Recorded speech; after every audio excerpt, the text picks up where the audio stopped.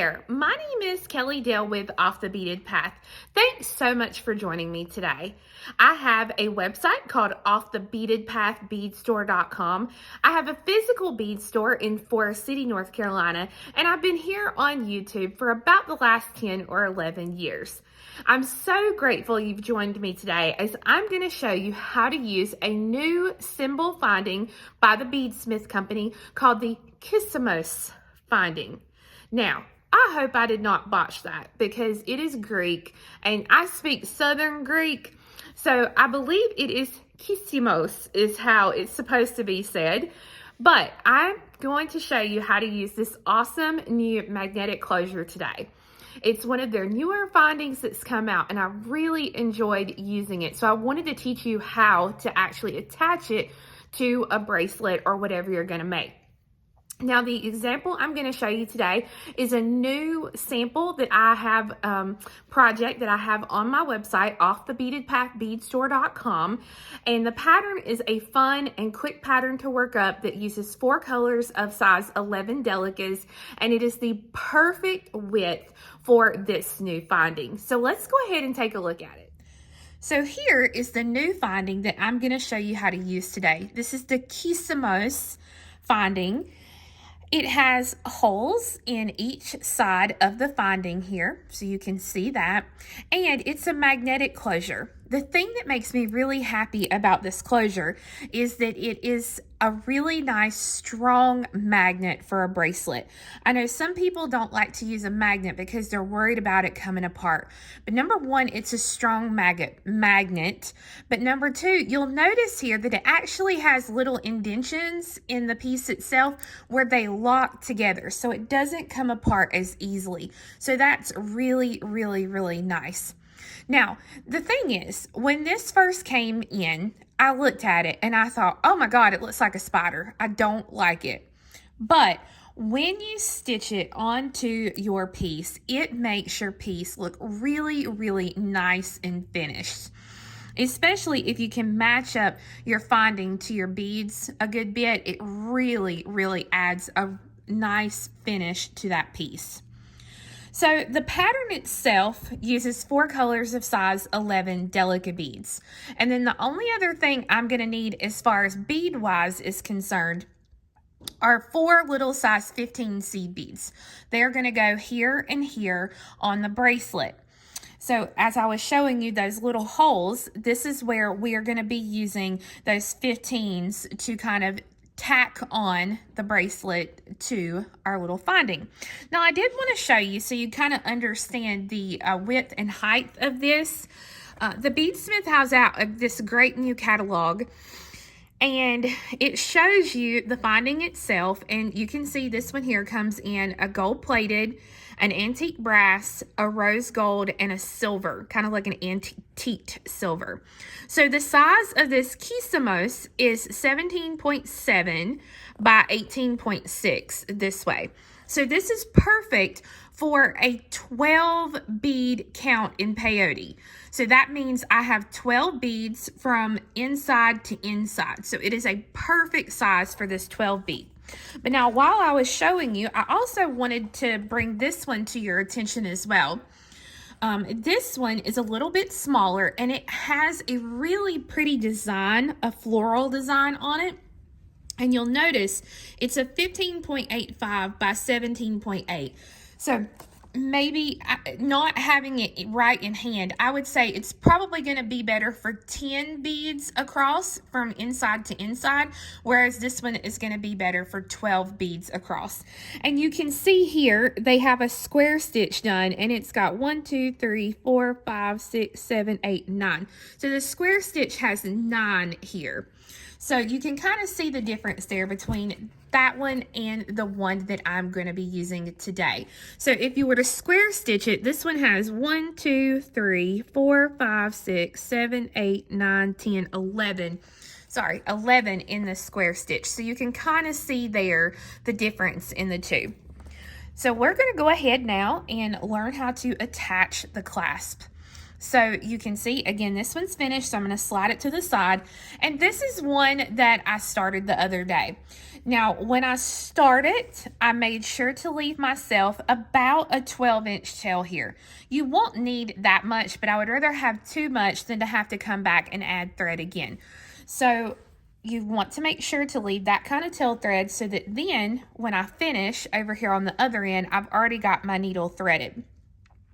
And I'm coming out here at the very end of the bracelet. So all I'm gonna do is I'm gonna take first and I'm gonna use my needle to poke through all 4 holes to make sure none of my holes are plugged on the clasp. And then I'm gonna leave it clasped just like this. And since this is coming out towards me here, I'm just gonna go through the little hole there so that it will pop it in just like that. I pick up 1 15, and after that 15, I'm going to come back through the finding itself and line it up with the delica that I was coming out of. So that way, now when I pull this like that, you'll see that the bead goes on and it stops it there. So you have 2 options at this point. Option 1 is you can stitch to the other side and attach that bead and then stitch back to kind of, just reinforce each side. But what I like to do is while I'm over here, and so I don't have to do it again, I go ahead and I kind of do a turnaround. So I'm coming out of this bead here and I'm gonna come through the bead right above it. Then back through this bead,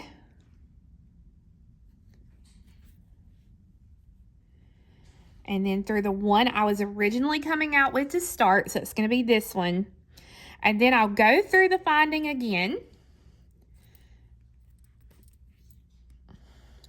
through the 15, and then through the finding. And once I go back through that finding again, then I'm going to stitch through all the beads to come across over here so that I'm coming out of this end delica.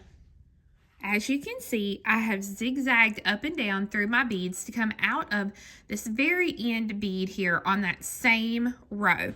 So I'll take my needle and I'll go through the adjacent hole here of the finding and pull it through. Then I'll pick up 1 15, skip the 15, so don't go back through it, just leave it there, and then go back through the finding and the delica that I was coming out of there. And what this will then do is this will tack it to that side. So again, what I'm going to go ahead and do is I'm going to go through and kind of make that turnaround to come through, and then once I do that, I'm going to reinforce this, and then this side of the clasp will be good to go. Now I'm using a size 10 needle to do this, and you might want to switch to a 12 when you're attaching this part of the clasp, especially if you're doing like what I'm doing and reinforcing it. It'll just be helpful so that way you don't have to possibly bust any beads, and it pulls through just a little bit easier through this little hole here since you've been through several times, especially since I'm using wildfire, a little bit of a thicker wildfire. So you can see there that this side is now attached, and I'm going to stitch through some of my beads to get rid of this thread. Then we'll be ready to attach the other side. Once you get rid of your thread, you're then able to go and now start this second side. I do not suggest that you separate this when you are tacking it on. The reason being is if you separate this and then you attach this, you could put this on the wrong way, and then you're going to have to take it all back off again. So it's better to go ahead and leave it the way it is. So that way you can pretty much lay your beadwork into the clasp, so you'll be able to make sure that you're getting it put on exactly as it should. So you can see here on the end, my thread is coming out here at that very end bead. So I'm going to go ahead and stick the needle through the Kissamos Finding, put it on just like that, And then I'm going to follow the same directions as I had. So I'm going to put that 15 on and come back through so that it is identical when I finish to this end here. So once you get it attached and all your thread taken care of, you'll notice now that you will have a beautiful new bracelet with a really finished looking binding clasp to go with what you've made. So it's really, really pretty here, and you can see how much the design really looks different depending on the different colors that you can use for your project. So guys, I hope you enjoyed learning how to use this new cymbal finding from the BeadSmith company. I do have the pattern for sale on my website at offthebeadedpathbeadstore.com, and on the pattern it has the colors I used for both bracelets that you've seen in the video today.